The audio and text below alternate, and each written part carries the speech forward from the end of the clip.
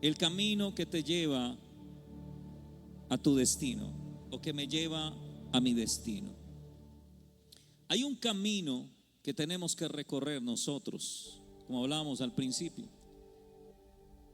Ese camino, hay gente que quiere buscar atajos, y en Dios usted no puede nunca buscar un atajo. Si usted quiere buscar un atajo en Dios, el Señor lo retrocede y vuelve y lo pone en el lugar donde usted cogió el atajo. En Dios no existen atajos.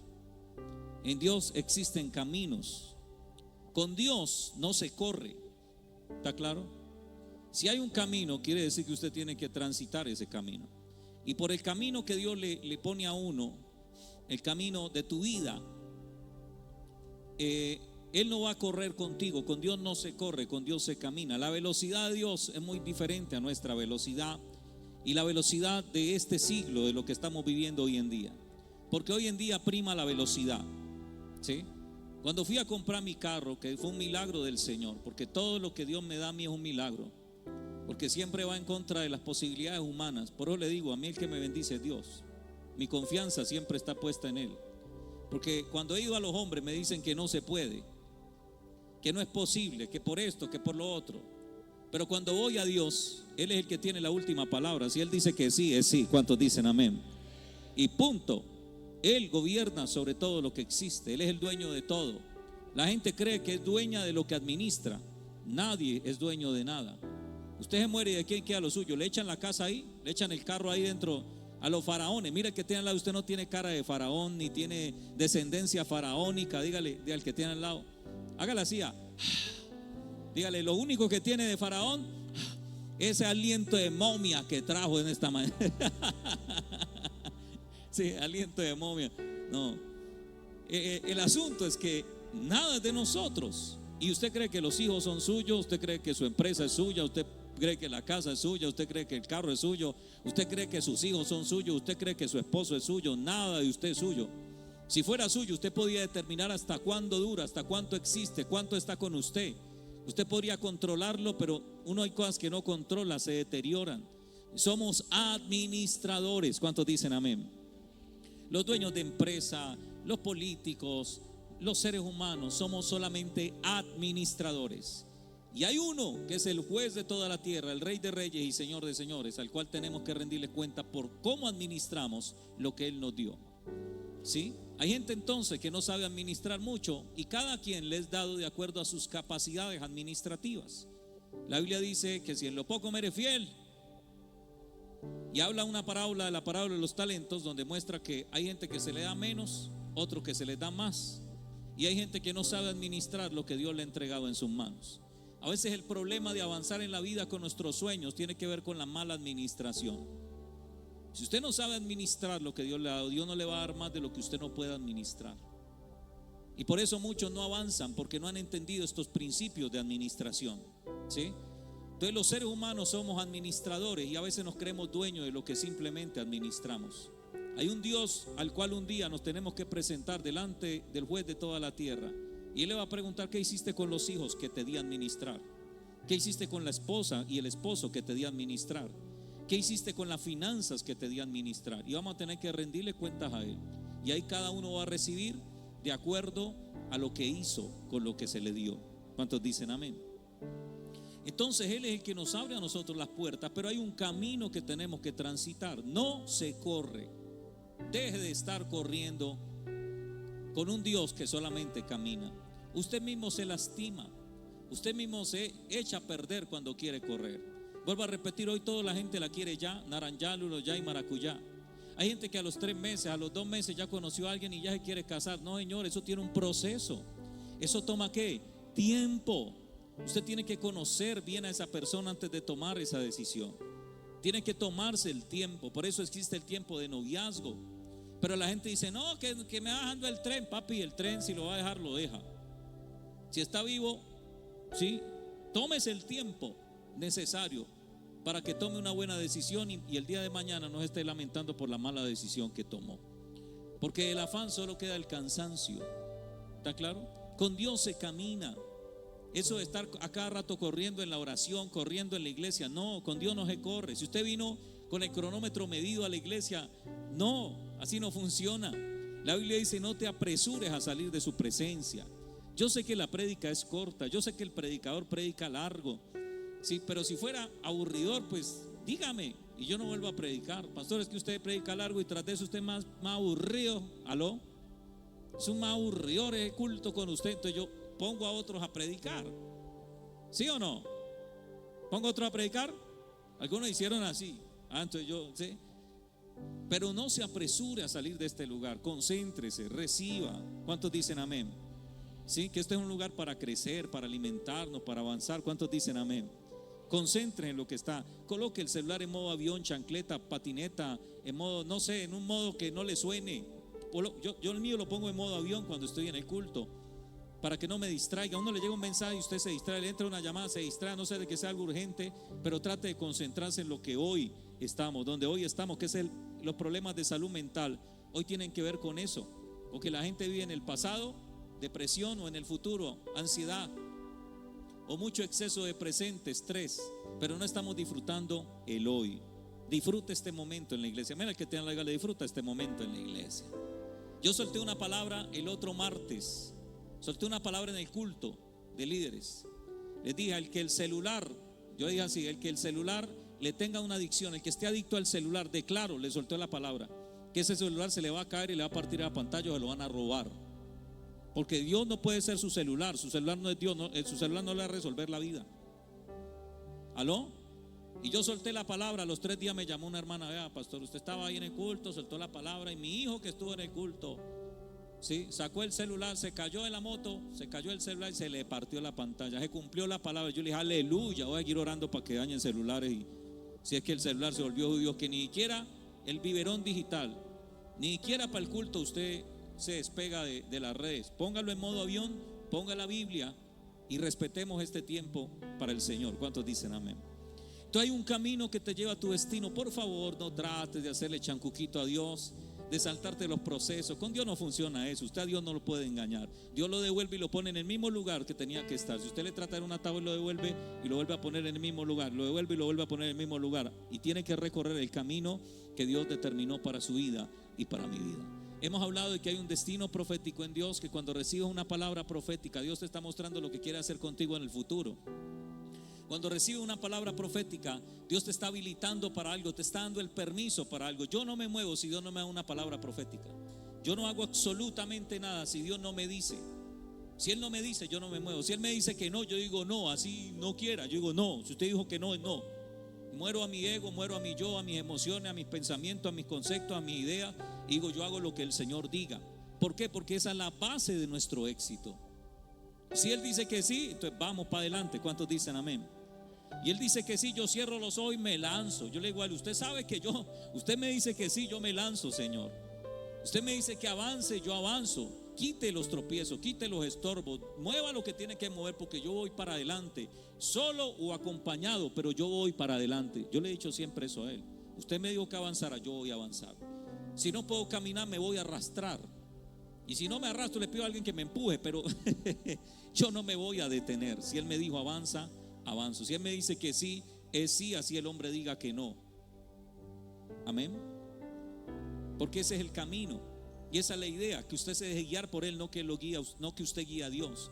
Hay gente que parece que está guiando a Dios en su vida, diciéndole a Dios lo que tiene que hacer, no dejando que Dios escoja por él, sino él escogiendo por Dios. Y es que a mí me parece que esto y me parece que lo otro, porque yo siento paz, yo siento no sé qué. Y hay cosas que son las emociones suyas, son sus pensamientos y sus sentimientos, y no es verdaderamente Dios. Sí, porque Dios lo lleva a uno ¿a qué? A morir. Una de las características de Dios lo lleva a uno a morir, no a hacer la voluntad de uno, a hacer la voluntad de Él. Y por eso no es fácil.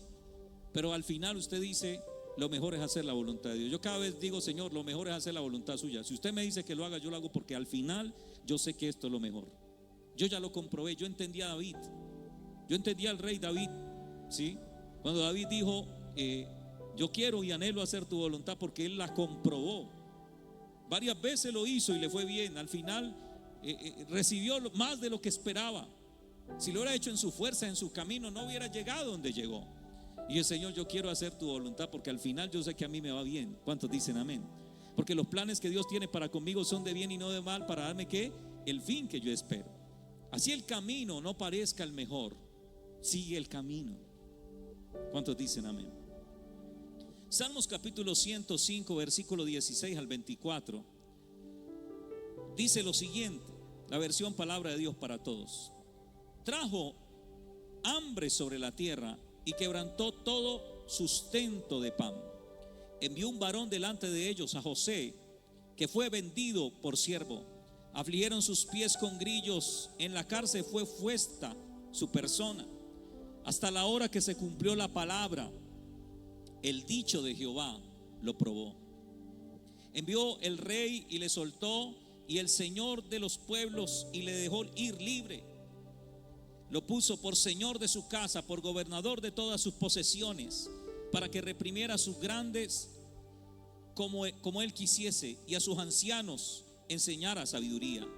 Después entró Israel en Egipto, y Jacob moró en la tierra de Cam, y multiplicó su pueblo en gran manera. ¿Sí? En gran manera. Otra versión, la versión Nueva Traducción Viviente, en el versículo 19, Salmo 105, dice: hasta que llegó el momento de cumplir los sueños del Señor, puso a prueba el carácter de José. Y acá dice: hasta la hora que se cumplió su palabra, el dicho de Jehová le probó. Siempre que uno recibe una palabra de parte del Señor, uno no esperaría, usted espera que va a llegar a su destino. Usted espera lo mejor cuando recibe la palabra. Y quiero decirle que no viene lo mejor cuando usted recibe la palabra. Mientras usted la recibe, está contento. ¿Cuántos dicen amén? Porque Dios le está mostrando el destino, ¿sí? Pero el camino para llegar a ese destino, esa, señores y señores, es otra cosa totalmente diferente, ¿sí? Porque según la palabra, lo que Dios va a probar óigame bien, entre el inicio en el momento en que le da la palabra profética, para que usted llegue a ella, ese trayecto usted va a ser probado. En ese camino usted va a ser quebrantado. En ese camino, óigame bien, nos vamos a dar cuenta cuánta fe realmente usted tiene en Dios o no, y si usted realmente hace o no hace la voluntad del Señor. Porque hay gente que dice con la boca llena que hace la voluntad del Señor, y yo también le digo: usted no está dando ninguna voluntad del Señor, usted está haciendo su voluntad. Usted está haciendo lo que usted quiere, porque la voluntad de Dios, según su palabra, me dice otra cosa diferente. Sí, vuelvo a repetir: el Señor te va a llevar por un camino, y en ese camino Dios te va a quebrantar, en ese camino Dios te va a probar, en ese camino vamos a llorar. ¿Aló? Ese camino es el que te lleva a tu destino. Como no queremos el dolor, porque recuerde, nuestro cerebro tiene una particularidad: busca el camino de menor resistencia. El cerebro es lo más perezoso que existe. Evita a toda costa, el cerebro evita el dolor, y el dolor es una necesidad en la vida. Hay un balance en el cerebro entre lo que es dolor y placer. ¿Sí? Tiene que haber dolor para que usted crezca. Tiene que haber dolor para que usted avance. En las mujeres el dolor del periodo les indica que están madurando. En los hombres a veces les puede doler los testículos, le duelen también las rodillas, le duelen los pies, le duelen los oídos. ¿Aló? Allá en el gym también le duelen los músculos. Los hijos nacen pero duelen. ¿Aló? A la mamá le duele la pancita, ¿sí? Cuando nacen. Al papá le duele el bolsillo, pero le duele algo, ¿sí? Después van creciendo y le duele la cabeza, ¿sí? Le hacen doler la cabeza, porque los hijos hacen daños, quiebran vidrios, rayan carros. Aló, tiran piedras. Yo tiré piedras a un colegio una vez y me cogió la policía, y la pastora fue a recogerme a la inspección de policía. ¿Cómo la ve? Porque me puse a dejarme llevar por mis amigos, por las masas, ¿no? Mis amigos ahí, y tiraba un pie. Yo también tiro piedra, y llegó la policía y me pillaron a mí tirando piedra, y para la guandoca, mi hijo, ¿sí? Y la pastora ya a recoger a su hijo en la prisión. ¿Aló? Y yo llamé: madre, te hablo desde la prisión. Y me pusieron a recoger hojas allá y todo eso, y un vecinito me vio y me puso papelitos, y se empezó a reír de mí porque yo era recogiendo papelitos ahí. ¿Qué hizo? Le tiró piedra a un colegio y a hacerle doler la cabeza a mi mamá, corriendo para allá arriba, corriendo para acá abajo. ¿Sí o no? Los padres dicen amén o no dicen amén. Oh, muchachos, nos hacen doler la cabeza y nos hacen doler el bolsillo también. Aló. Pero hay dolor siempre. Cuando amamos, el amor produce dolor. Profundas son las heridas del que ¿qué? Del que ama. Cuando realmente sentimos dolor por alguien que nos ha hecho algo, es porque realmente lo amamos. Si no, no sentiríamos tanto dolor. Eso indica que amamos mucho. El dolor y aún las emociones indican algo valioso detrás de ellas. ¿sí? Pero queremos evitar el dolor. Hoy esta generación evita el dolor y la frase es: ahí donde lo hagan feliz, ahí donde usted sonría, quédese ahí. No, así no funciona la vida, ¿sí? Cuando usted evita el dolor y empieza a buscar sustancias para evitar el dolor, se dice que toda adicción tiene un componente emocional. Como la persona no gestiona bien el dolor, las emociones, lo que hace es consumir alguna sustancia para huir de su realidad, afectando los niveles de dopamina en el cerebro, ¿sí? Que es la hormona del placer, pero que causa adicción. Entonces ya con lo que usted antes sentía placer, hoy ya no siente placer, tiene que consumir más y más. Ahí es donde habla de adicción, neurotolerancia.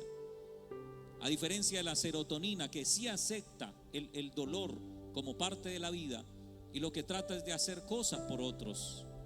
Bob Marley lo dijo, porque si no hablan los cristianos, no hablan los hijos de Dios, pues las piedras hablarán.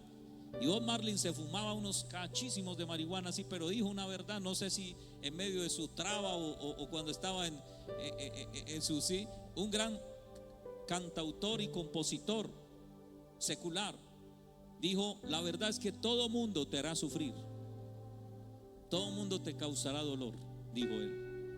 Lo que tienes que hacer es encontrar las personas por las cuales valga la pena sufrir. ¿Cuántos dicen amén?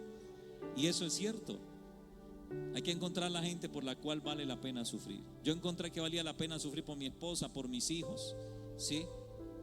Por la iglesia de Cristo vale la pena sufrir. Para mí es importante eso. No sé para usted, pero vale la pena hacerlo.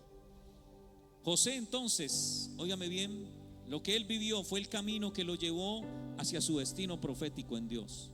No podía recorrer otro camino. José tiene unos sueños cuando era joven.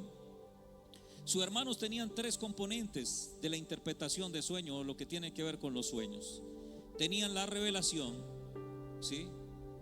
Tenían la interpretación, pero no tuvieron la aplicación del sueño. Porque cuando uno recibe una revelación hay 3 componentes. Eso lo hemos visto en la escuela profética avanzada.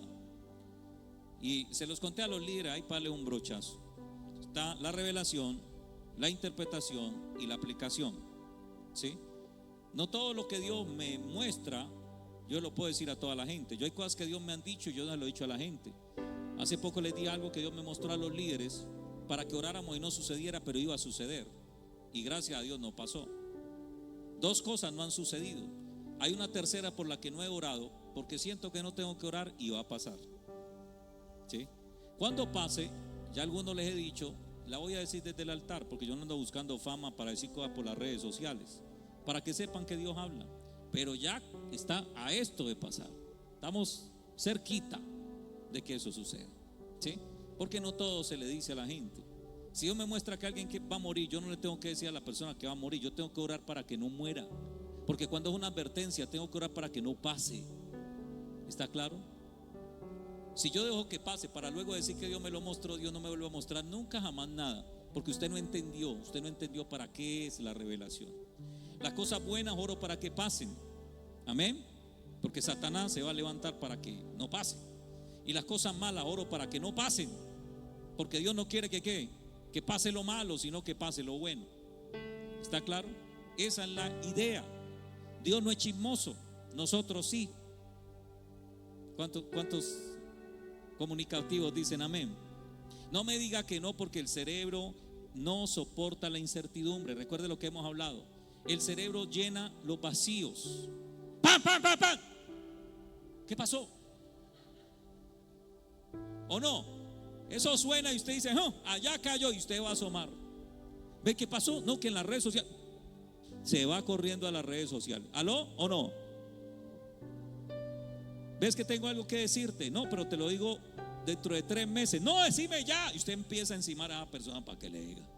Y recuerde que lo hemos hablado. Por eso es que nos cogen las series de Netflix con 60 capítulos. Eso lo saben los que hacen esto. 60, papi. Ay, el otro día yo pillé que 60. Yo dije, no, ni loco, me vi una de 30. Y ya moría eso, ¿no? Yo cerré Netflix, yo dije, no más, porque esto lo coge a uno y lo engancha. Claro, porque al final, el final nunca es el final. El final es el principio del otro final, que nunca es el final y vuelve al principio. Y lo tienen a usted en ¿cierto? Y ahí lo tienen a uno, hermano, 30 capítulos. Entonces todos tenemos algo de chismoso por eso. porque nuestro cerebro no tolera y empieza a llenar vacíos.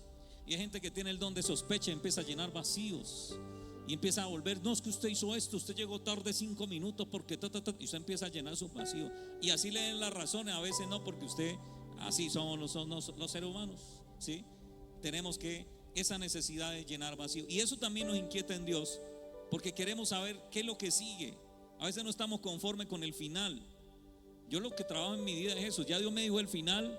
Yo digo, eso va a pasar un poco de aquí para allá, pero al final Dios, ¡pum!, me lleva donde me tiene que llevar. ¿Cuántos dicen amén? Al final Él siempre va a terminar, a no ser de que usted ponga de rebelde, lo devuelve y otra le toca recorrer el camino otra vez. Usted decide si quiere tomar atajos o si camina o transita el camino del Señor. 1 Corintios 10:13 dice que no os ha sobrevenido ninguna tentación que no sea humana, pero fiel es Dios que no nos dejará ser tentados más allá de lo que podamos resistir, sino que también juntamente con la tentación dará salida para que podamos soportar. Otra Biblia dice, Dios no te permite, otra versión de la Biblia dice, Dios no te permitirá una prueba que no sea humana, sino que juntamente con la prueba te dará la salida, porque no te permitirá ser probado más allá de lo que tú puedas resistir. Entonces las cosas que vivimos realmente Dios las permite porque podemos resistir con Él, podemos resistirlas a ellas, porque tenemos la capacidad de soportarlas, ¿sí? Entonces, óyeme bien, debemos entender que lo que nos sostiene, óyeme bien, lo que nos sostiene a nosotros en nuestro destino profético, el día de mañana, que tú llegues a tu destino profético, a lo que Dios te prometió a ti y me prometió a mí, lo que nos sostiene a nosotros no es la impartición, lo que nos sostiene es el proceso. ¿Y qué es la impartición? La impartición es cuando usted no tiene algo y alguien se lo da, como una palabra profética, como un don. Dios le da la palabra, ¿está claro? Y usted recibe la palabra, chévere, la impartición, o recibe el don que Dios le quiso dar, algún don para manejar la finanza, la economía, profecía, sanidad, cualquier don que usted reciba. Usted no va a ser sostenido por la impartición, porque alguien solo oró por usted y le soltó una palabra. Usted va a ser sostenido en su destino profético cuando llegue a Él por el proceso. Hay mucha gente y ejemplos de gente que recibió una impartición, que oraron por ello y algunos recibieron un reinado, otros recibieron un llamado profético, pero no lo hicieron más de una vez. No se sostuvieron en el lugar donde Dios los colocó. Un ejemplo de ello fue Saúl. Dios quería que Saúl fuera rey y fuera profeta. Samuel fue juez, profeta y sacerdote. Samuel fue juez, profeta y sacerdote. Los profetas en el Antiguo Testamento eran personas millonarias, eran personas ricas. ¿Cómo así, pastor? Sí, los profetas tenían mucho dinero en el Antiguo Testamento, porque los reyes los sostenían, los reyes les daban oro, los reyes los bendecían. Nadie podía presentarse en el Antiguo Testamento delante de un profeta con las manos vacías. Siempre llevaban algo para consultar a los profetas. Eso está en la palabra, ¿sí? Samuel tenía un ejército personal. Samuel tenía un ejército personal. Cuando él llega a cierta región, le preguntan, ¿vienen en paz o vienes en guerra? Él dijo, no, yo venía pasando por aquí. Porque todo el mundo pensaba que él tenía su ejército personal, ¿sí?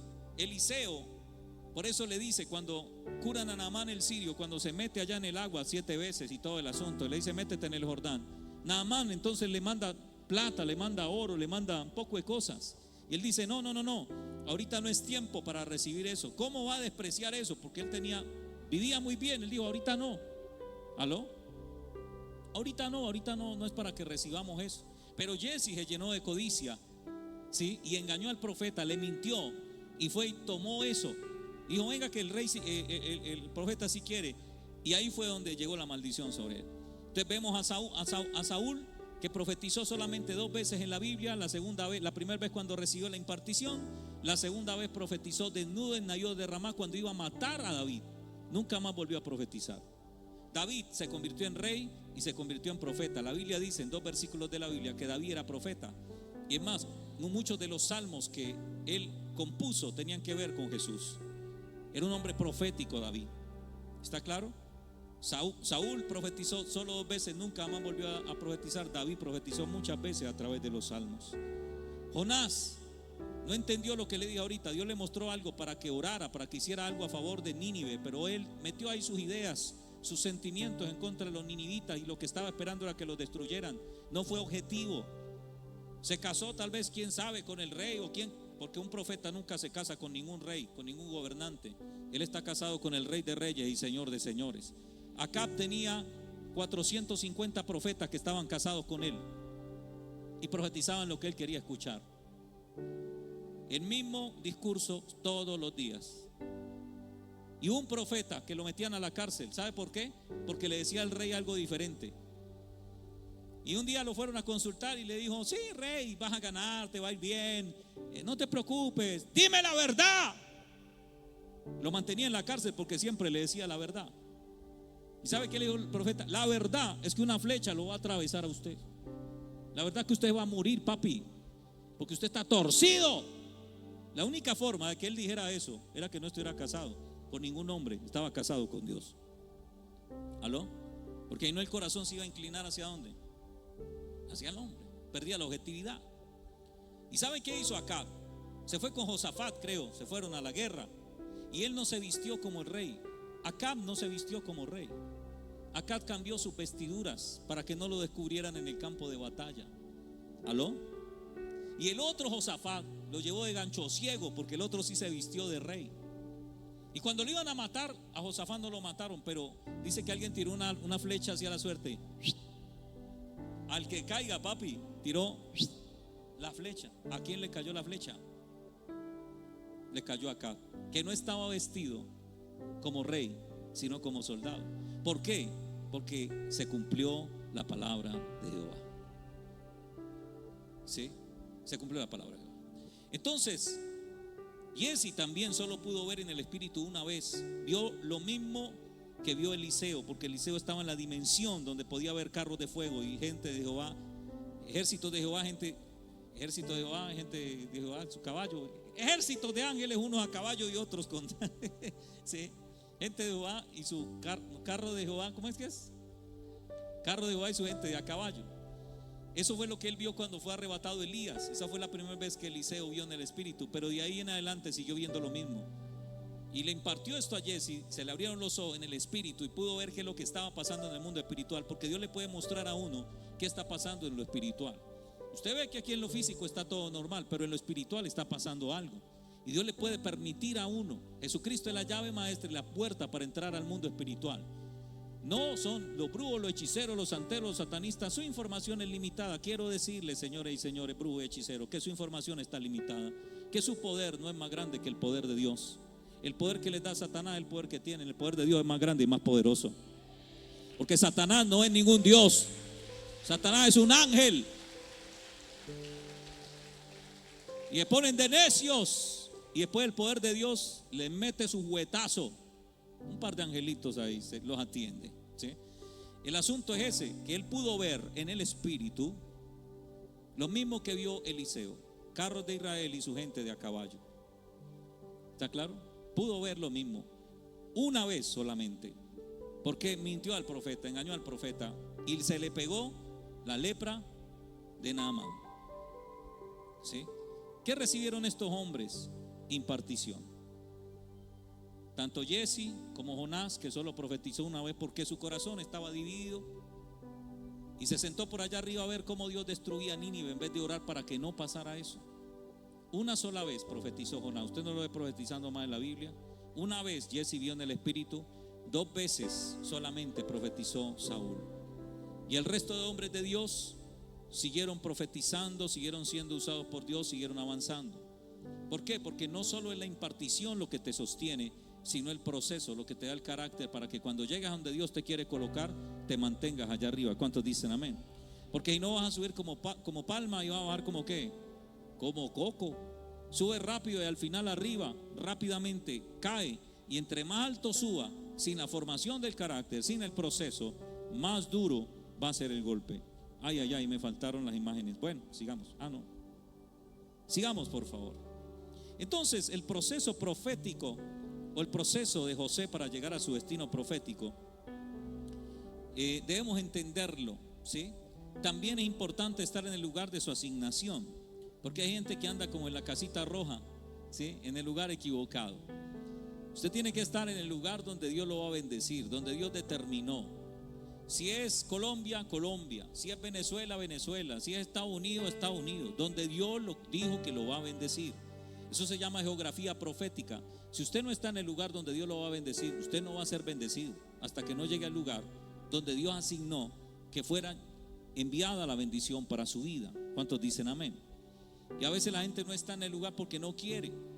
Cuando Isaac iba para Egipto, que era el Estados Unidos del Medio Oriente, era el mejor lugar del Medio Oriente, donde cuando había hambre, cuando había necesidad, todo el mundo migraba para Egipto, ¿sí? Él iba camino a Egipto, Isaac, y Dios le aparece en el camino y le dice: no, tú no vas a ir a Egipto. Sí, tú vas a ir a Gerar, creo que fue que le dijo. Gerar, ahí en Gerar es que te voy a bendecir. Pero él le dijo: pero ¿cómo así me va a bendecir en Gerar? Si ahí fue donde a mi papá le hicieron la guerra, ahí fue donde a mi papá le cerraron los pozos. Y él dijo: ahí donde a tu papá le cerraron los pozos, a ti te va a ir bien. Y cuando usted lee la historia de Isaac, Dios le dice a Isaac: y te voy a bendecir a ti, no por lo que tú hiciste, sino por lo que hizo tu papá. Y esto es poderoso también. Todo lo que usted haga en Dios, como papá o mamá, óigame bien, por Dios, por la obra del Señor, sus hijos también van a recibir esa herencia. O recibe usted bendiciones, o recibe usted maldiciones. ¿Aló?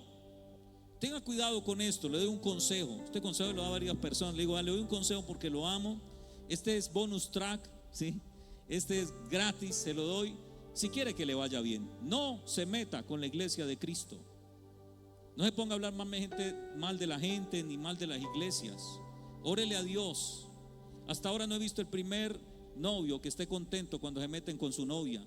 La iglesia, la novia de Cristo, imperfecta, por eso Él la compró con su sangre. Pero evite meterse con la novia de Cristo, porque se va a meter en un problema. Si ve algo en una iglesia, en un hombre de Dios, vaya, dígale a Dios, póngale las quejas a Dios. ¿Está claro? Pero no se ponga a hablar mal con otros de eso. Se va a meter en un problema, se lo advierto. No lo estoy maldiciendo, lo quiero mucho, se lo advierto. Guárdese de eso. Yo he visto cosas en hombres de Dios, yo he visto cosas en iglesias. Yo le digo al Señor: Señor, allá cada quien con su cuento, ¿sí? Pero yo no me meto con la novia, porque si ustedes meten con su novia, con su mujer, pues, se va a molestar. Y de pronto hacemos molestar al Señor y las cosas no se nos dan. Tenga cuidado con eso. ¿Está claro? Hay un camino que nos lleva a nuestro destino profético en Dios. No podemos saltarnos ese camino, tenemos que caminar ese camino, ¿sí? Y el camino de José nos enseña a nosotros. Lo primero, la cisterna. Me excusan porque ahí no alcancé a meter en la correría, pero haga de cuenta que hay una cisterna ahí. ¿Qué es una cisterna? Era un hueco donde guardaban agua. ¿Sí lo ve? Yo lo veo por aquí, veo el fondo del hueco, no sé si usted lo ve, que es azulito. La cisterna era un lugar donde guardaban agua. Y el primer lugar donde fue metido José, después de recibir la palabra profética, José recibió 2 sueños. Los 2 sueños tenían que ver con lo mismo. Le repito lo mismo. Los hermanos de José tenían los 3 elementos para toda revelación. Tenían 2 elementos de toda revelación. Y cuando usted no tiene los 3, entonces se puede convertir en falso profeta o una persona falsa en lo espiritual. Tenían la revelación, tenía la interpretación, pero no tuvo la aplicación. Y ese es el problema, que hay gente que puede que Dios le muestre, pueda que interprete, pero que no sepa qué hacer con eso. Y aquí se rajan muchos, o acá en la interpretación. Entonces los hermanos de José vieron cómo José tuvo 2 sueños, y él le contó los sueños a José. ¿Cuáles fueron los sueños? Primero, que los astros y las estrellas se inclinaban hacia él. Luego, que las espigas se inclinaban hacia él. Son los 2 sueños que tuvo el hermano de José. 2 sueños, ¿sí? Diferentes, pero iguales. Recuerde que todo sueño Dios lo va a dar de acuerdo a lo que haya en su depósito. Lo que usted meta en su mente, en su espíritu, en su cabeza, con lo que usted se alimente, de eso es que Dios va a usar para hablarle a usted. A mí me habla así. A un arquitecto tal vez le hable a través de planos o figuras o edificios. Por acá tenemos a Seba, ¿no? Tal vez Dios te hable a ti acerca de eso. Cuando sueñes algo, te vas a encontrar con lo que, porque eso es lo que hay en ti. De pronto a Anderson Dios le va a mostrar es enfermeras, agujas, doctores, camillas, ¿sí?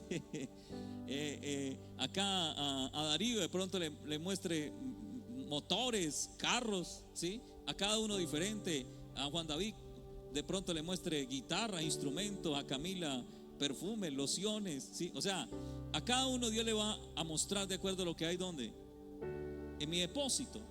A Sandra de pronto Dios le muestre colegios, alumnos, y va a usar eso. ¿Está claro? siempre va a usar eso y va a usar figuras de autoridad para hablarte de acuerdo a lo que el medio donde tú te desenvuelvas. Entonces a José le mostró lo que él conocía, que fueron espigas y pues la luna y el sol, porque por la noche lo que miraban era eso. ¿Sí? A Faraón le mostró vaca gorda, vaca flaca y espigas. A Nabucodonosor le mostró metales. A Daniel le mostró animales, porque era lo que él conocía. Por eso un sueño tal vez nunca sea igual en una persona. Un sueño de una persona no es igual al del otro, pero puedan tener ¿qué? Relación de acuerdo al contenido de lo que tenga cada uno en su interior. ¿Me hice entender o los enredé más?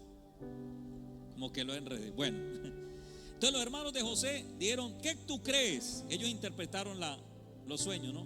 Que nosotros nos vamos a inclinar delante de ti. Usted está loco, papi. Tuvieron la revelación. La revelación siempre la da Dios. Tuvieron la interpretación de que el hermano se iba a arrodillar hacia ellos, pero nunca tuvieron la aplicación de esa palabra. Y aquí lo vemos en Génesis 37 del 19 al 20. ¿Sí? ¿Qué es lo que dice? Se dijeron unos a otros: miren, aquí viene el de los sueños. ¿Por qué le dijeron eso? ¿Por qué no dijeron vino Josué, nuestro hermano? No, viene el de los sueños. Vamos y matémoslo y arrojemos su cuerpo a uno de los pozos secos. Luego diremos que lo devoró un animal salvaje. Así veremos si se cumplen sus qué. Ahí viene el de los qué. Matémoslo y tirémoslo a un pozo seco a ver si se cumple sus qué. Esos sueños, ¿qué eran? Pues la palabra profética que Dios le había dado. Miren, las palabras proféticas más certeras, más seguras, bueno, más certera la Biblia, pero más profundas que Dios me ha dado a mí y a muchos profetas que conozco, han sido a través de sueños. Usted en un sueño me puede hacer millonario. ¿Sabía usted eso? En un sueño Dios lo puede volver a usted millonario. Y no pregúntele a Salomón, que en un sueño Dios le dijo: pídeme lo que quieras que te pida y te lo daré. Ahora, lo que usted tiene que entender es que si usted no pide lo correcto, no se vuelve ningún millonario. Si usted pide plata, no le... Porque Salomón no pidió plata. Salomón dijo: dame ¿qué? Sabiduría. ¿Aló? ¿Y sabe qué dice la Biblia? Que más preciado que el oro y la plata es la sabiduría. Y el Señor dice la palabra que en ese sueño Dios le dijo a él: y a Jehová le agradó lo que Salomón le pidió y le dijo en el sueño: no solo te voy a dar sabiduría como ningún hombre, te voy a dar riquezas, te voy a dar oro, o sea, él pidió lo correcto. Él no pidió, aló. Mire que él no pidió lo material, él pidió algo espiritual. Pero Dios dijo: porque me pediste esto, te voy a dar lo otro también. Y en un sueño lo hizo rico. Pero Satanás también implanta semillas satánicas en los sueños, ¿sabe usted? Y usted puede soñarse estando casado, teniendo relaciones sexuales con alguien que no es, o estando soltero con una persona que no es su esposo o no es la persona de Dios para su vida. Y ahí Satanás lo que hizo fue meterle a usted una semilla. Después del sueño viene la caída. Después de ese sueño viene su caída. Porque la Biblia dice que los sembradores sembraron y en la noche, cuando quedaron dormidos, vino el ladrón y les implantó una cizaña en su corazón. Se llaman semillas satánicas.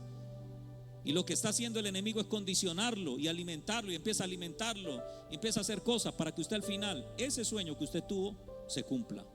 Usted caiga en pecado, o se le destruya el hogar, o se enferme, porque muchos sueños también son advertencias. Entonces, el mundo de los sueños tiene sus cosas, pero no me meto más allá, porque ahora, si usted come frijoles, ahorita hay frijolitos. Las ventas de ahorita, frijolitos. Pero si usted esos frijoles los deja para por la noche, los mete a la nevera, los saca mañana y los come, usted por la noche no va a soñar con ángeles, papi. ¿Aló? Usted come unos frijoles trasnochados, mazamorra con pitillo. ¿Aló? Ubre de vaca. Usted come algo pesado, usted va a tener pesadillas. La Biblia dice que si usted tiene muchas preocupaciones, también va a tener pesadillas. Las muchas preocupaciones causan pesadillas. La clave es acostarme en paz, llenar mi depósito con lo correcto, con la palabra de Dios, con alabanza, con prédica, para que obviamente Dios tome de ahí. Eso se llama improntación profética. Dios va a tomar de lo que hay en tu interior para hablarte a ti mismo, pero tienes que llenar tu depósito con lo correcto. ¿Está claro o no está claro? Pero tengo que acostarme en paz. La Biblia dice: en paz me acostaré y así mismo dormiré. Porque si usted no tiene paz, Dios no le va a hablar en el sueño, ¿sí? Entonces Dios le habló a José a través del sueño, le llevó esto a sus hermanos, la persona incorrecta, porque no sabían nada acerca de esto, interpretaron mal el sueño, tomaron mal la revelación, y lo que hicieron con la aplicación fue matar o tratar de matar la palabra profética. Mire lo que dice al final. Vamos a ver si se cumplen los sueños. Ahí viene el soñador, vamos a ver si se cumplen los sueños. Sueño era una palabra profética, realmente. Era una palabra profética. Mi esposa, cuando yo la conocí, era una persona alcohólica. ¿Sabe Dios cómo la liberó? No la liberó en el encuentro. El encuentro dice que ella estaba en el encuentro, oraron por ella y nunca cayó al suelo, nunca hizo nada, nunca tosió, nunca no pasó nada, nunca lloró en el encuentro. ¿Sabe qué dice ella? Que la noche de la liberación se quedó dormida, y cuando se quedó dormida aparece una persona con una copa de aguardiente y se la pone en la cara así. Ella la huele y se despierta, y dice que de ese momento le cogió asco al licor. Dios la liberó en un sueño con esa visión. Otro profeta que ha estado con nosotros, el profeta Gustavo Riveros Nader, dice que tenía alergia a la piña y que en un sueño apareció un ángel, le dio piña, y cuando él se despertó fue a comer piña y nunca jamás le volvió a dar alergia a la piña. ¿Aló? Porque es un mundo en el cual uno se conecta con lo espiritual, pero no es cualquier sueño, por favor. Porque hay gente que dice: pastor, yo me bañé con el... Papi, usted comió unos frijoles, no sé, rancios, ¿no? Ni siquiera estaba trasnochado, estaba viejo, papi. ¿Cuántos días tenían los frijoles en la nevera? Pastor, anoche me soñé con el diablo. ¿Y cómo era el diablo? No, tenía una camisa roja, él se viste siempre así, pantalón negro. Yo lo pillé, pastor. Mejor dicho, ya me lo tengo. El diablo me está visitando. Y la camisa como de rayas negras con rayas rojas, y tiene un sombrero de ala ancha. Sombrero de ala ancha, el que adorna mi cabeza. Un sombrero negro a la ancha, pastor. Yo lo vi. Y qué más, la cara quemada así como la del diablo, y una uña así metálica en la mano. Con esa tormenta a la gente en el infierno. ¿Usted qué película se vio anoche, mijo? Pesadilla sin fin 10, pastor. Pero yo me soñé con el diablo. Mentira. Usted tiene las imaginaciones de su mente, lo que usted metió en su mente, lo que usted creía, y se lo llevó a la cama, y por eso soñó con eso. No tiene que estar tranquilo. Y los proféticos, usted tiene que estar tranquilo, relajado para profetizar, relajado para ministrar, relajado para los sueños. Y ahí es donde Dios muchas veces le habla a uno. Lejos del celular. Usted no puede antes de haberse acostado, estar usando el celular media hora antes. Usted tiene que dejar de usar el celular media hora antes. Yo mi celular lo pongo en el modo avión, y lo saco del cuarto, lo doy en modo avión, apago el wifi toda la noche y ¡pam! Me acuesto a dormir. Y muchas veces Dios ahí me dice: pasa esto, y ahí tenemos los sueños anotados. Y empezamos a orar por la gente de la iglesia, porque pues somos los pastores de la iglesia, y Dios revela cosas de la gente de la iglesia. Y yo no le voy a decir a usted qué me dijo Dios de usted ni de otros hermanos. Yo simplemente lo trato normal y lo llevo a la oración esperando que se cumpla, o que no se cumpla lo malo, o que salga a la luz lo que estaba oculto, porque para eso Dios muestra. Entonces lo que estaban tratando de hacer ellos era matar la palabra profética para aniquilar el destino profético de José. Por eso dijo: vamos a ver si así se cumplen sus sueños. ¿Y qué se tipifica la cisterna? La cisterna tipifica el lugar donde Satanás usará personas o situaciones para que no se cumpla tu destino profético. Satanás va a usar personas o situaciones para que usted aborte el destino profético en Dios, para que no se cumpla lo que Dios le prometió a usted. Aquí estaba usando a los hermanos de José porque hay un cuento largo con ellos, y era el tema de preferencias. José era el hijo de la mujer que Jacob amaba. Los otros eran los hijos de la que le tocó amar. Él prefería a José y a Benjamín, que se llama hijo de mi mano derecha, pero cuando estaba muriendo, lo hablamos el otro día, Benjamín, cuando estaba muriendo la mamá, parece que está muy cabezón, muy grande. Yo no sé qué pasó, pero el muchachito mató a la señora. Cuando nació mató a Raquel, y cuando iba saliendo ella le dijo: dijo ella, Benoni, le dijo, Benoni, así te llamarás. Ya estaba muriendo, ¿no? Le dijo Benoni. ¿Sabe quién es Benoni? Hijo de mi dolor. O sea, el muchacho, quién sabe cómo venía. Venía de pies, de cabeza, de nalga, de espalda. Yo no sé cómo venía, pero la mató a la señora. Y cuando la señora, antes de morir, dice: Benoni. Y el papá dijo: no, Benjamín. Se murió ella, le dijo Benjamín. Benoni, no. ¿Cómo así que hijo de mi dolor? Benjamín se llamará, hijo de mi mano derecha. Pues claro, como la otra fue la que le dolió, a él no le dolió, por eso le cambió el nombre. Y le puso Benjamín, hijo de mi mano derecha, el hermanito de José. él amaba a esos dos más que a los demás, porque era la mujer que él siempre amó. Y los demás le tenían envidia a él por eso, porque el papá tenía ¿qué? Preferencias. Y por eso al final los hermanos terminan queriendo asesinarlo a él, por un problema que venía generacional, porque también Isaac tenía preferencia sobre Jacob por encima de, sobre Esaú por encima de Jacob. Eso venía desde por atrás, así venía a familia con preferencias, y eso le cobró factura a esta familia. Así que ahí es donde vienen situaciones para matar el destino profético, y tal vez Satanás va a usar lo que siempre sabe usar para detenernos o querer detenernos, y es situaciones o personas. Personas que no están ungidas, que no están llenas de Dios, ¿sí? Que va a poner palabras Satanás en la boca de ellos. En una ocasión Jesús les contó algo a los discípulos, y Pedro dijo: no, Jesús, ¿cómo así? Pobrecito, usted no puede morir de esa manera, usted no le puede pasar nada malo, ¿sí? No puede pasarle nada malo, porque todo lo que le tiene que pasar es bueno, porque usted es el Hijo de Dios. ¿Y qué le dijo Jesús? Apártate de mí, Satanás, ¿sí? En otra versión dice: Pedro, estás hablando como el diablo, ¿cómo se te ocurre? Yo tengo que morir en la cruz de Calvario. Ese es mi camino y lo tengo que recorrer. ¿Vio? Satanás usando personas. Yo cuando recién llegué a los pies de Cristo, mi hermano una vez me dijo, uno de mis hermanos me dijo: vea, usted van a llamar ahorita. Ahí no usábamos estos teléfonos, no, usamos los otros. ¿Sí? ¿Saben cuáles eran los otros? Bueno, hay unos muchachitos que no saben cuáles eran los otros. Era una cosa así grandota que tenía un poco de número, y usted tenía que marcar el 1 y se devolvía 2, o unas teclas sin pantalla, no eran táctiles, eran pi, pi, pi, pi, pi, y sonaban ring. Y usted, si quería que lo llamaran de un trabajo, usted tenía que estar todo el berraco día sentado en ese teléfono, porque no baila, ¿sí? Perdía el año. No es como los de ahora, ¿no? Que usted le pone la foto y usted, si quiere, le dice que no, papi. Y sabe quién lo llama, uno ni sabía. Bueno, habían unos identificadores de llamada con una cinta, ¿no? Y que uno ponía a ver quién lo llamaba. No, mejor dicho, una locura. Hoy en día eso, no, mejor dicho, papita para el loro, ¿sí? El asunto es que me dijo: si me llaman, dígale que no estoy. Yo le dije: pero usted está. No, pero usted tiene que decir que no estoy. Yo le dije: no, papi, yo soy cristiano ya. Yo voy a decir que usted está. Pues entonces tenemos un problema. Pues lo tenemos. ¿Cómo es? ¿Cómo es el asunto? Pues le saco la Biblia, papi. Y llamaron, al ratico llamaron: ¡rin! Fulano de tal, sí está, ya lo paso. Colgó y me dijo: este cristianito pichurrio. ¿Aló? Yo le dije: qué pena, yo soy su hermano. Yo le decía: pero la Biblia dice que yo tengo que obedecer en el Señor, y eso no está dentro de los parámetros bíblicos míos. Así que este cristiano, y uno como y le duele cuando la familia alguien le dice: este cristianito pichurrio. Pichurrio el diablo, mijo, yo no hay ningún pichurrio. Eso duele. Y se levanta gente a veces para que asesinar tu destino profético, para desanimarte, para matar lo profético en tu vida. Y ese es el primer paso. El segundo paso es la casa de Potifar. Y en la casa de Potifar está en Génesis 37, 28, 36.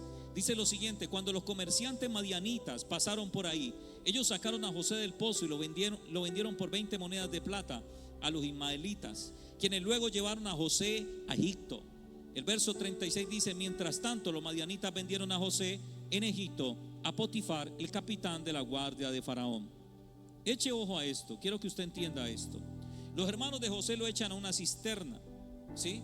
Lo primero que querían hacer era matarlo, pero uno de los hermanos se atravesó y dijo: no lo matemos. Simeón le dijo: no lo matemos, metámoslo ahí, ¿sí? Y pues dejémoslo para que lo lleven los madianitas y lo vendemos más bien. Cuando ellos estaban almorzando por allá, fueron a almorzar por allá, venían pasando los madianitas y vieron a José metido en un hueco y lo sacaron y se lo llevaron y lo vendieron a los ismaelitas, ¿sí? Y los ismaelitas se lo vendieron a Potifar. Cuando los hermanos de José regresan y vienen a buscar a José, no lo encuentran. Y dicen: uy, ¿qué habrá pasado con José? Seguro pues lo llevaron, o quién sabe. Ellos entonces ahí pintan las vestiduras de José, la vestidura esa que la quitaron, que nadie la usó al final, la untan de sangre y le van y le dicen al papá que las bestias mataron a su hermano. Su papá estuvo de luto desde ese momento, con una tristeza profunda toda su vida, hasta que encontró a José que estaba vivo, ¿sí? No le importó a ellos que su papá estuviera triste, no le importó toda la vida por esa mentira, ¿sí? Ahí vemos que la mentira es del diablo. Pero bueno, así lo hicieron. El asunto es que cuando él lo meten a la cisterna, la gente que iba, que lo cogió y lo tomó esclavo, iba hacia Egipto. ¿Hacia dónde iban? Hacia Egipto. ¿Qué quiere decir eso? Que cada situación que él vivía lo acercaba más a su destino profético en Dios. Mire, amado, cada situación que vivimos, así no la entendamos, nos está empujando cada vez más ¿a dónde? A nuestro destino profético en Dios. Y Satanás usa cosas para hacernos más, pero ¿qué hace Dios? Te empuja a tu destino profético en Dios. Porque así Satanás se meta, Dios tiene el control de tu vida y siempre te va a impulsar hacia tu destino profético en Dios. Por más malo que parezca, siempre te va a impulsar hacia tu destino profético en Dios. Esto pasó, pero te impulsa hacia tu destino profético en Dios, porque tú estás en las manos ¿de quién? De Dios. No te dejes engañar por lo que estás viviendo. Eso que estás viviendo te está impulsándote a tu destino profético. No te dejes engañar por lo que ves y lo que escuchas. Dios te llevará a tu destino profético. Entonces lo acercó a Egipto. ¿Está claro? Lo vendieron. ¿A quién se lo vendieron? ¿A quién se lo vendieron? A Potifar. ¿Quién era Potifar? El jefe de los guardias de Egipto, del faraón. Más cerca a su destino profético. ¿Aló? Más cerca. Cada situación lo llevaba más cerca. Y él llega a la casa de Potifar, óigame bien. Y en la casa de Potifar todo prospera. Dice la Biblia que desde que él entró todo empezó a prosperar. Y entonces este señor, el jefe de los Potifar, ¿sí? Potifar empezó a ver desde que llegó José, mira cómo me rinde la papa, el arroz, la yuca, el plátano, mira cómo me sobra plata. Y empezó a darse cuenta, uy, este pelado, hay gente que le dice, ¿tienes un aura? Otro es que usted tiene un ángel, el ángel de Jehová, papito, ¿sí? No sé, tú tienes algo especial. Y la Biblia dice que todo lo que hacía José prosperaba. ¿Sabe por qué? Porque tenía una palabra profética sobre él. Y él, donde Dios lo iba impulsando, él iba. Usted no lo ve alegando, quejándose, no, usted lo ve enfocado, este pelado, orando, buscando a Dios. Hay gente que se enoja con Dios. Señor, ¿por qué permitiste esto, Señor? Si yo soy tan bueno. ¿Aló? Yo no mato, yo no robo, yo no hago nada malo. Papito, ¿usted quiere ser impartido o quiere ser procesado? ¿Aló? No hay justo que por bueno que sea no peque, no se equivoque. Cuando usted dice que es tan bueno, ahí no es que yo soy tan bueno, yo todo lo hago bien. Yo digo, mentira. Papi, usted está engañado. No hacemos las cosas bien. ¿Aló? Cometemos errores, tenemos que preguntarle a Él. La Biblia dice, ¿quién podrá reconocer sus propios errores? Líbrame los que me son ocultos. El ojo no mira para adentro, mi hijo. Por eso Dios coloca gente a nuestro lado para que nos ayude a mirar nuestros errores. Hay una evaluación en psicología organizacional que se hace, que se llama evaluación 360. La evaluación 360, donde usted le pregunta a los que están sobre usted para que lo evalúen qué hace usted mal. Donde usted le pregunta a los que están a su mismo nivel para que lo evalúen a ver qué hace mal. Y usted les pregunta a los que están abajo también. En ese caso podrían ser sus padres o pastores o líderes que le pregunten qué cosas debo corregir en mi vida. Luego los compañeros de trabajo, qué cosas tú crees que yo debo mejorar en mi vida. Y luego sus hijos, las personas que están debajo de usted. Evaluación 360, ¿sí? Y eso se aplica en psicología organizacional. Y ahí usted se da cuenta en qué cosas tiene que corregir. Porque si yo le paso una correa a usted, le digo, vea, meta de 3 juetazos que usted portó mal. ¿Usted pega duro o pega pasito? ¿Aló? Usted pega pasito, mijo. Despachadito. Usted pega suavecito. Suavecito. ¿Aló?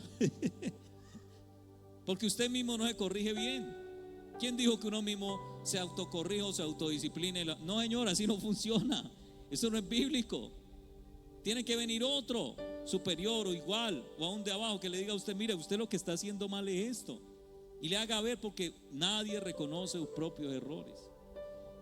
Es más, el salmista también le dijo al Señor, examíname, oh Jehová, y dime si en mí hay camino de perversidad y guíame por el camino eterno.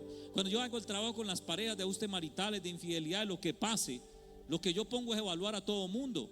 Usted me dice, pastor, mi hijo está rebelde. De una, venga para acá. Y llamo al niño, le digo, ustedes queden afuera, y llamo al niño, le digo, califíqueme a sus papás. Yo al niño no me pongo a darle cantaleta que usted está portando mal. Venga, le saco fuera esos demonios de rebeldía. Suéltalo, diablo. Nada de eso, mijo. Yo lo que le digo es, papito, venga que aquí como que los endemoniados son un papado. Yo venga para acá. Libreta de calificaciones. Califíqueme a su papá en estas 10 áreas. Póngale de 1 a 5 a su papá y a su mamá. Califíquemelos a todos. Y le pago la libreta al peladito. Le digo, califíquemelos. Y después viene la calificación. Ahí le estoy diciendo para que. Y después le digo, listo, mijo, ¿por qué le puso 1? Listo, vea, aquí está el demonio. Ya pillé el primer demonio. Y está en el papá, ¿aló?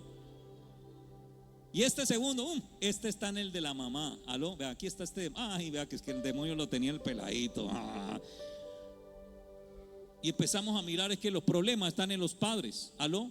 Y cuando está en la pareja, le pongo a calificar al esposo, la esposa, y a la esposa, al esposo, al novio, la novia, a la novia, al novio. Y soy yo. Yo no sabía. Pues mire, sepa lo que usted. Y siempre que uno atiende a alguien y escucha una versión, esto es lo peor que puede haber, escuchar una sola versión. Siempre que usted a alguien le venga a contar un cuento del otro, usted siempre cuenta el mejor cuento. Pilas con eso, vaya y pregunte. Si alguien le viene a decir algo, vea que me hicieron esto, lo otro, vaya, pregunte a la fuente la otra parte, porque siempre omitimos la otra parte. Justo parece aquel que aboga por su causa, pero viene luego su adversario y lo hace quedar mal. Yo por ojo que alguien me dijo una cosa, pero yo llamo a Raimundo y toda la gente, papi, yo llamo al perro, al gato y al garabato. Aquí hay gente que sabe que yo ya lo he hecho, para escuchar qué fue lo que es verdad. Y me doy cuenta que la gente siempre esconde lo que no lee y habla bonito de todo lo que hace. Y ahí uno da cuenta, ¿vio? Pero yo no me caso con una sola versión. Entonces el esposo a veces dice que mi esposa no se le quema el arroz, que yo no sé qué. Cuando yo miro al otro lado, ¿y usted qué? Pues usted no, pues que yo soy el que le pongo cuidado al arroz. ¿Sí ve por qué le quema el arroz? Porque usted tenía que cuidar el arroz. ¿Aló? Pues usted pone a un esposo a cuidar el arroz y siempre le va a quemar.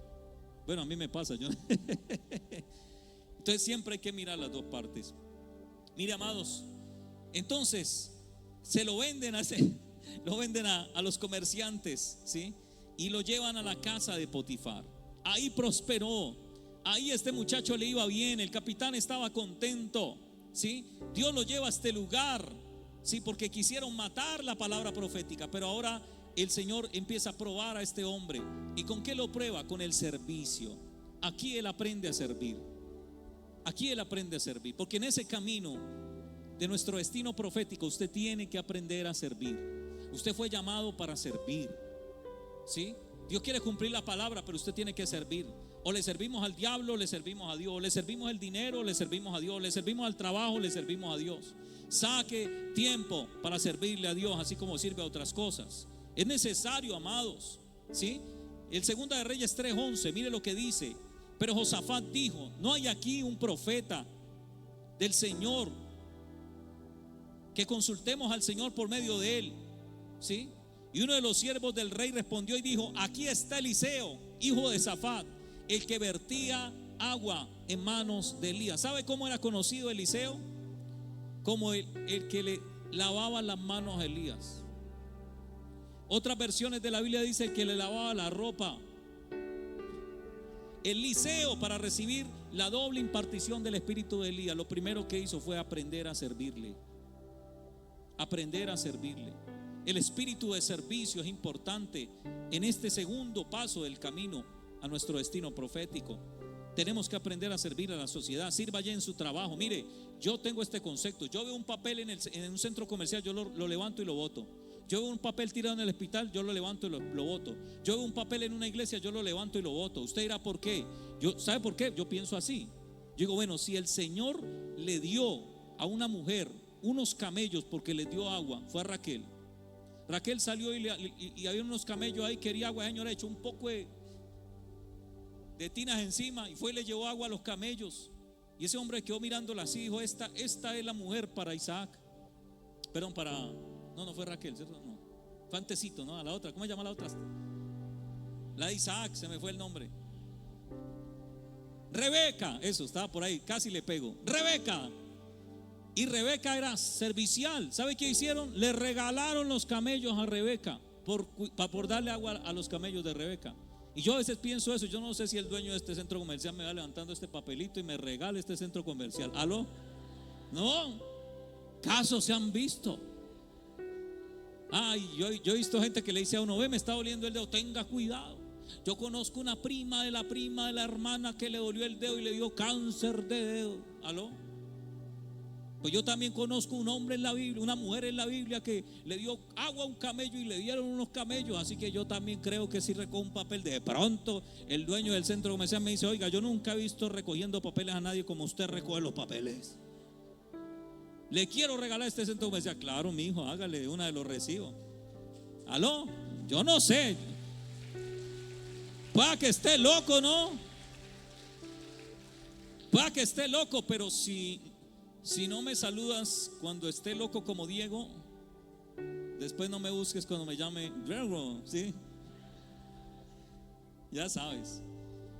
Óyeme bien, este hombre, ¿qué hacía? Servía a Elías, lo conocían, era como el que le lavaba las manos. ¿Cómo le ocurre?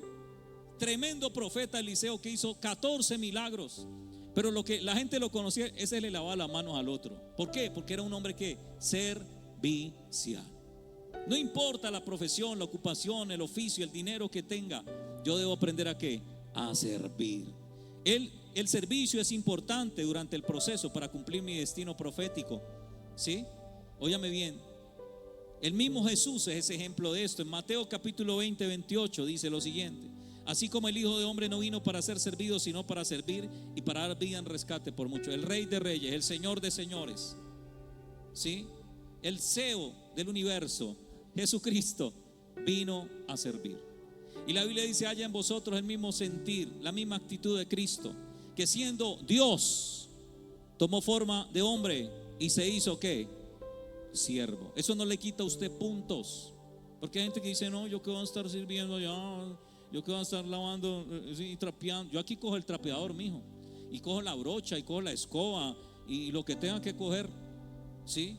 Yo sigo sirviéndole al Señor a tiempo y fuera de tiempo, dentro de la iglesia, fuera de la iglesia, porque óyame bien, lo que Dios bendice es eso. En la casa de Potifar, en el lugar del servicio, ¿sí? Dios va a probar tu fidelidad y tu lealtad. ¿Y qué es la fidelidad? El cumplimiento de normas, promesas y compromisos en una labor. Cuando una persona es fiel es que se comprometió a algo y cumple con lo que comprometió. A veces las parejas salen acá adelante, hacen los votos: y te amaré en la salud, en la enfermedad, en la riqueza, en la pobreza. Cuando te tome un vaso al medio de a la medianoche y la atmósfera se ponga pesada, te seguiré amando. ¿Aló? Usted hace todas las promesas ahí. Ahí usted, después nos damos cuenta si es fiel o no es fiel. Si cuando se tomó el vaso con leche a la medianoche usted salió huyendo del cuarto, se quedó ahí aguantando: ay, no, Señor, ayúdame con este hombre. Pero usted hizo la promesa de que iba a estar en todo momento. Pero hay gente que lo separa.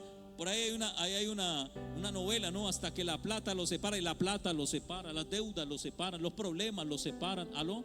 Tantas cosas que lo separan, situaciones lo separan, y ahí deja de ser ¿qué? Fiel, porque no cumplió con las promesas que hizo en el altar. Pero la lealtad es el compromiso con una persona por respeto y honestidad. Por respeto a la persona, por honestidad a la persona. Sí, soy leal a la persona. Pero fiel es ¿a qué? A la labor. ¿Está claro? A la labor. En Génesis 39 del 7 al 9, mire lo que sucedió. Dice que un tiempo después José estaba contento, le habían entregado las llaves de la casa, estaba sirviendo, pero ya era el que mandaba en la casa porque le iba bien. Dice: un tiempo después la esposa de su amo comenzó a fijarse en José y le dijo: acuéstate conmigo. Pero José se rehusó y le dijo a la esposa de su amo: mire, conmigo mi señor no tiene nada de qué preocuparse en la casa. Me dio todas sus posesiones para que yo las cuidara. No hay nadie en esta casa que iguale a mí. Lo único que él me ha negado es a usted, porque es su esposa. ¿Cómo puedo yo hacerle a él algo tan malo y cometer un pecado ante Dios? ¿Por qué José llegó a donde llegó? Porque le fue probada su fidelidad y su ¿qué? Su lealtad. Él podía haberse acostado con una señora, obvio, boys. Y esa señora no era cualquier chimpavaca. Esa señora era tremenda señora, porque él era el ¿qué? El jefe de los guardias de Potifar. Era un man que era, pues, ¿me entiende? O sea, así, pinchado. Y él andaba con su egipcia, así, su egipcia y todo el tema, bien pintada, bien bonita. ¿Aló? Y no era cualquiera. Y él apareció: José, estás como bueno, ¿no? ¿Qué estás haciendo? Estás siguiendo a Jesús el Nazareno, ¿no? Colágeno. Y Josécito ahí: no, yo aquí, ¿sí? Tranquilo él ahí, manso. Y esta mujer llega y le insistía y le insistía. ¿Y qué le respondió a él? Yo no puedo hacer eso. Mire, yo cumplo con todo lo que me mandaron a hacer, fidelidad, la labor. Pero también él me dijo que no podía tocarla a usted, lealtad. Y yo no puedo hacerle esto a mi amo, lealtad por respeto y honestidad, pero tampoco a quién, a Dios. Porque no solo es al hombre, amados, es a Dios. Él podía mentirle al hombre, pero también le estaba mintiendo a Dios. Hay gente que le miente al hombre y a los siervos de Dios y le están mintiendo a Dios.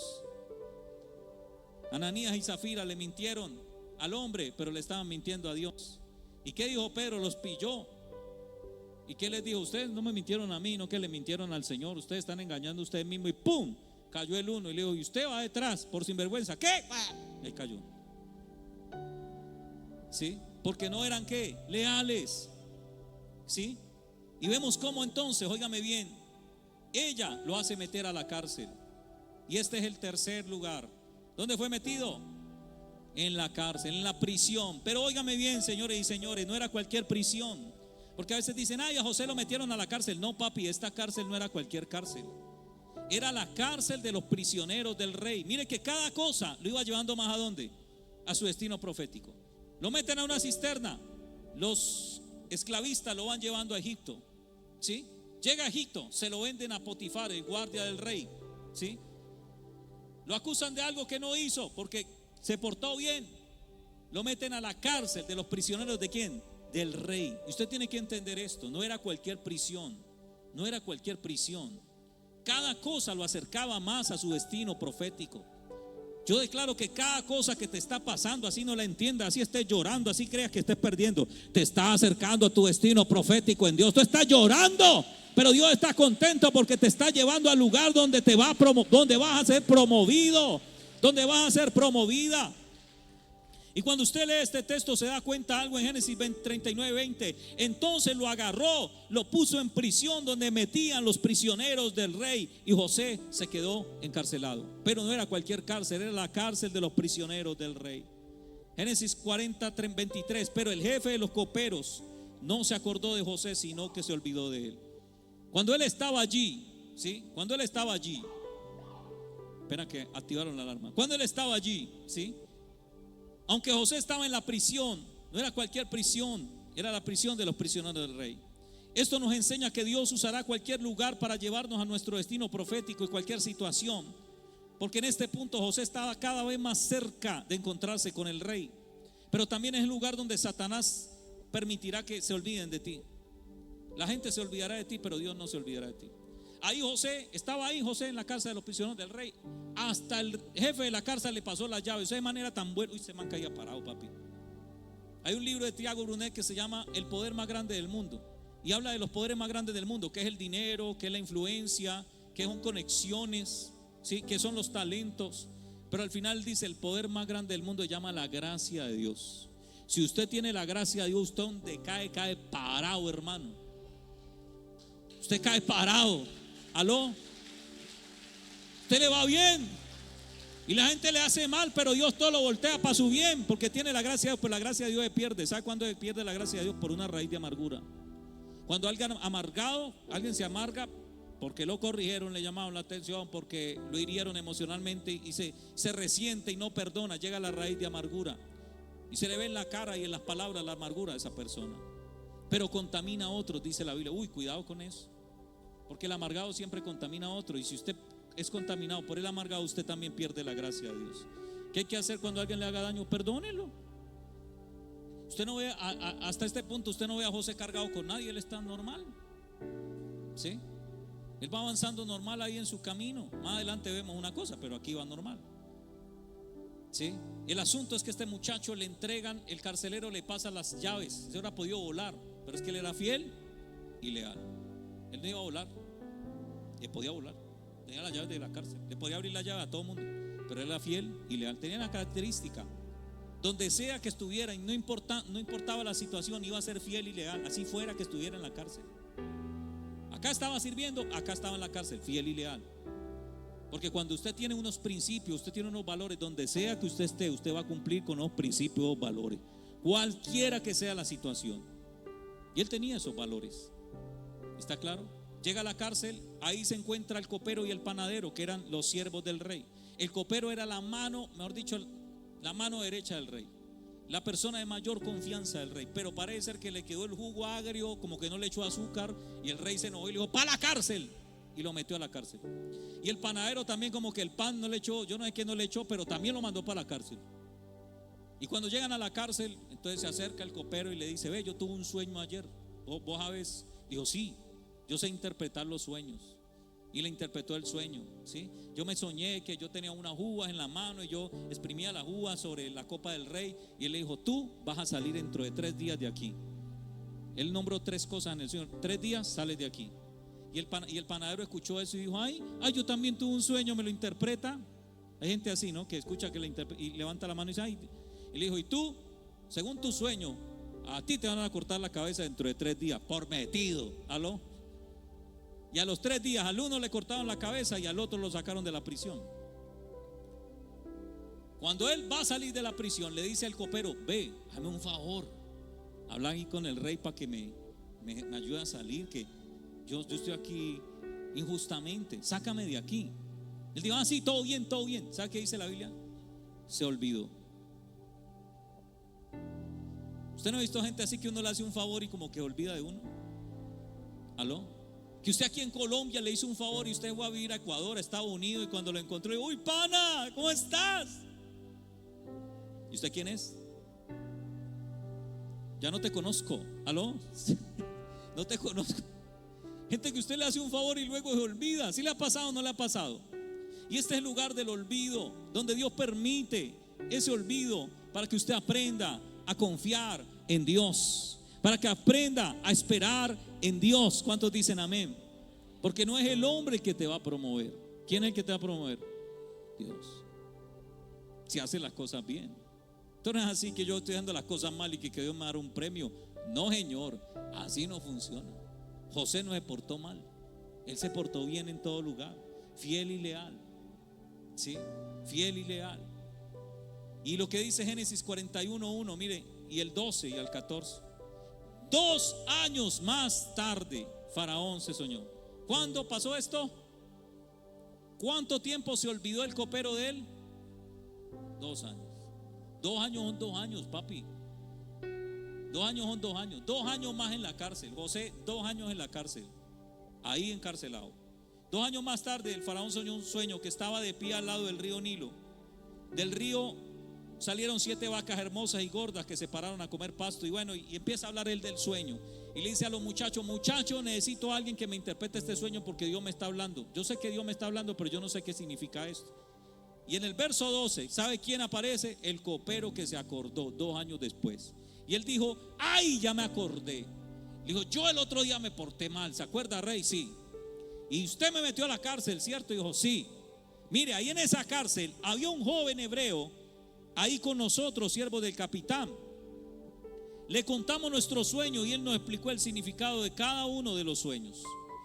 Todo resultó como él nos lo había dicho. Yo recuperé mi antiguo empleo, pero al otro lo colgaron. Entonces el faraón mandó a llamar a José rápidamente, lo sacaron del hueco. José se afeitó, se cambió la ropa y se presentó delante del rey. Wow. Ya está delante del rey. Casi 20 años después, está delante del rey. Su familia lo quiso matar. Alguien lo acusó de algo que no era cierto. Otros se olvidaron de él. Pero ahora está delante del rey. Nada de lo que sucedió pasó por casualidad. Todo tenía un propósito. Todo tenía un propósito. El rechazo, el abandono, la traición, el maltrato, la humillación, todo tenía un propósito. Aquí ya está delante del rey. afeitado, limpio, está delante del rey. ¿Sí? Y viene lo último, el palacio. Aquí ya llegó a su destino profético. Génesis 41, 32 al 44.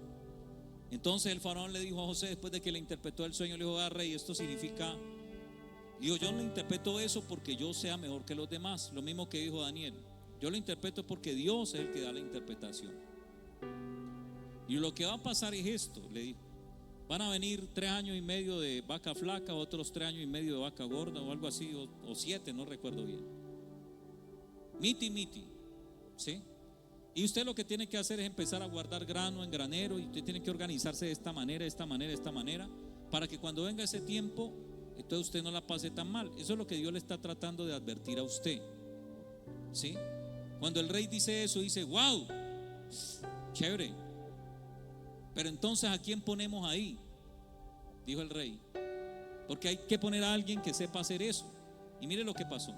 Entonces Faraón le dijo a José: como Dios te ha mostrado todo esto a ti, no existe nadie más sabio e inteligente que tú. Tú estarás a cargo de mi palacio y toda mi gente obedecerá tus órdenes. El faraón será el único más poderoso que tú. Después el faraón le dijo a José: mira que te he puesto a cargo de toda la tierra de Egipto. Luego Faraón se quitó el anillo real, le devolvió la autoridad de su mano y se lo colocó a José. Lo vistió con ropa muy fina y le colgó una cadena de oro en el cuello. Lo hizo montar en la segunda carroza real y la gente gritaba delante de él: abran paso. Entonces así el rey lo puso a cargo de toda la tierra de Egipto. El faraón le dijo a José: yo soy el faraón, pero sin tu autorización nadie levantará una mano ni un pie delante de toda la tierra de Egipto. Llegó a su destino profético en Dios. Pero la esposa de la pera, pero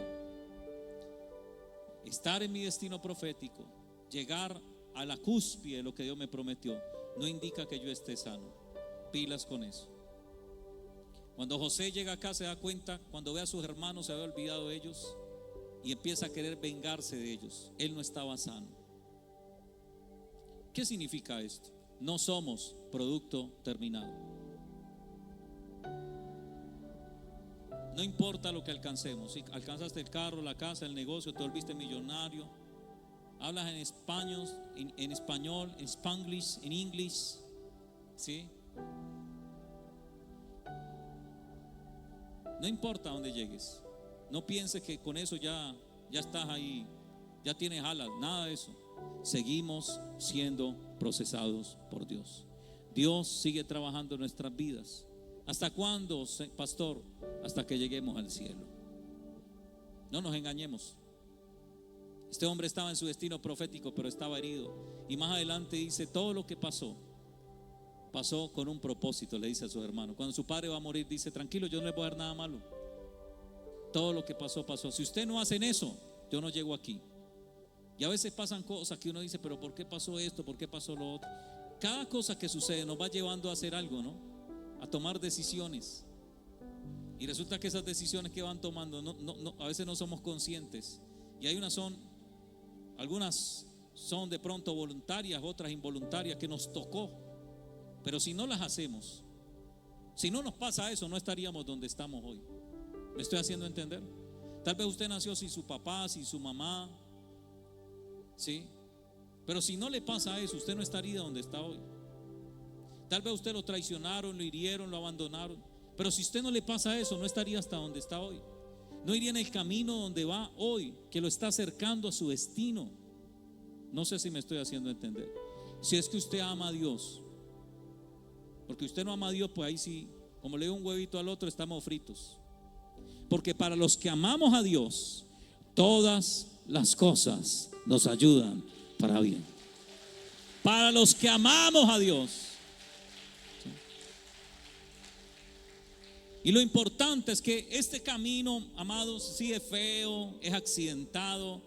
A veces lloramos, otras veces reímos, otras veces alcanzamos cosas. Al otro día tal vez las perdamos todas. ¿Aló?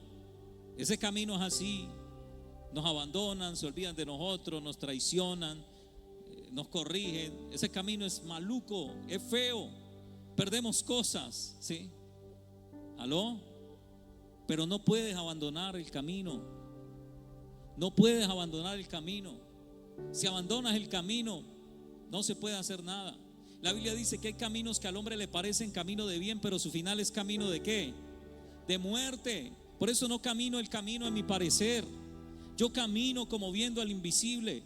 Yo camino creyendo que aunque lo que estoy viviendo, lo que me está pasando, yo sigo creyendo que Dios tiene el control. ¿Me pasó esto? Sí, pero Dios tiene el control. Guíame, Espíritu Santo. Tú tienes el ¿qué? El control. Y yo te alabo y yo te bendigo. Me quedé sin empleo. Gloria a Dios, Señor. Tú tienes el control. Tú, no sé, indícame qué hacer, porque de pronto ese es el detonante para que te vuelvas empresario. Aló. Para que montes tu propio negocio, para que emprendas, porque si no es así no emprendes. Si no es así no te pones a hacer lo que estás haciendo. Mire, yo he escuchado muchos testimonios de personas que me dicen: pastor, a mí me pasó esto, me pasó lo otro, yo viví esto, lo otro, me dejaron aquí, me dejaron acá, viví ese momento difícil y ahora estoy acá. Mire, pastor, Dios me ha bendecido. Y yo le he dicho: si no te pasa lo que te pasó, no estarías acá donde estás. Y las personas dicen: sí, pastor, no estaría aquí donde estoy en mi destino profético. Tenía que vivirlo, tenía que pasarlo. Y yo los digo como testimonio lo que ha pasado en mi familia, en mi casa, en mis finanzas. Si no vivo eso, yo no estaría donde estoy. No estaría viajando a las naciones de la tierra a ser de bendición con mi esposa. ¿Sí? Doloroso, vergonzoso. Diga lo que quiera, piense lo que quiera, pero yo estoy contento, alcanzando mi destino profético. No sé cómo estará usted hoy, pero quiero decirle que lo mejor de Dios está por venir para su vida. Un muchacho, y ya con esto termino porque ya huele rico. Termino. En 1 Reyes 13, 8, 10 y 21, 24, un muchacho, lo voy a parafrasear, un profeta, que Dios le dice a este profeta: ve y profetiza, no te devuelvas por el mismo camino y no te detengas en ningún lugar. Tienes que ir, profetizar, venirte por un camino diferente y no puedes pararte a comer en ningún lado. Le dio unas instrucciones específicas, tenía que tomar un camino específico. Y a este muchacho se le aparece otro hombre en el camino, le dice algo diferente y él se olvidó de que Dios le dijo cuál era el camino. Ese era el camino que él tenía que recorrer. Tú puedes leerlo en tu casa. Y cuando este muchacho se desvía el camino, viene la palabra de Dios a través de ese profeta que lo engañó. Y le dice: ahora no serás sepultado en el lugar con tus padres, sino en otro lugar. Cuando ese muchacho sale de esa casa, un león lo mata a él. ¿Sí? Lo mata a él. El burro queda aquí a un lado y el león queda al otro lado. El león nunca lo comió a él, nunca tocó el burro. Algo raro, ¿no? Solo lo mató a él y se quedó ahí. ¿Y todo por qué? Porque él no siguió el camino, tomó un atajo. Y así hay gente que muere en lo ministerial, en lo financiero y en lo familiar, porque no sigue el camino que Dios le indicó. ¿Aló? Se sale del camino por dolor, por las emociones, por los pensamientos, por sus ideas. Siga el camino. Amén. Que si usted va en el camino, asegúrese que Dios va con usted en el camino que Dios le dijo, porque usted con un camino diferente, Dios no va a andar con usted. Saque eso de la cabeza. Después de que Él esté con usted, yo no sé si usted me está entendiendo. Después de que Él esté con usted, que caiga el mundo a pedazos, papi. Después de que Él esté conmigo, Él me vuelve y me hace el mundo para mí solito.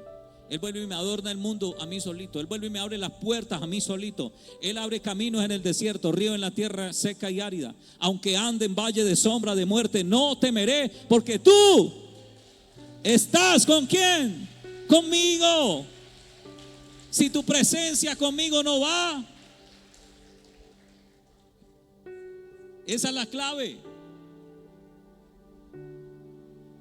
Sigan el camino, muchachos.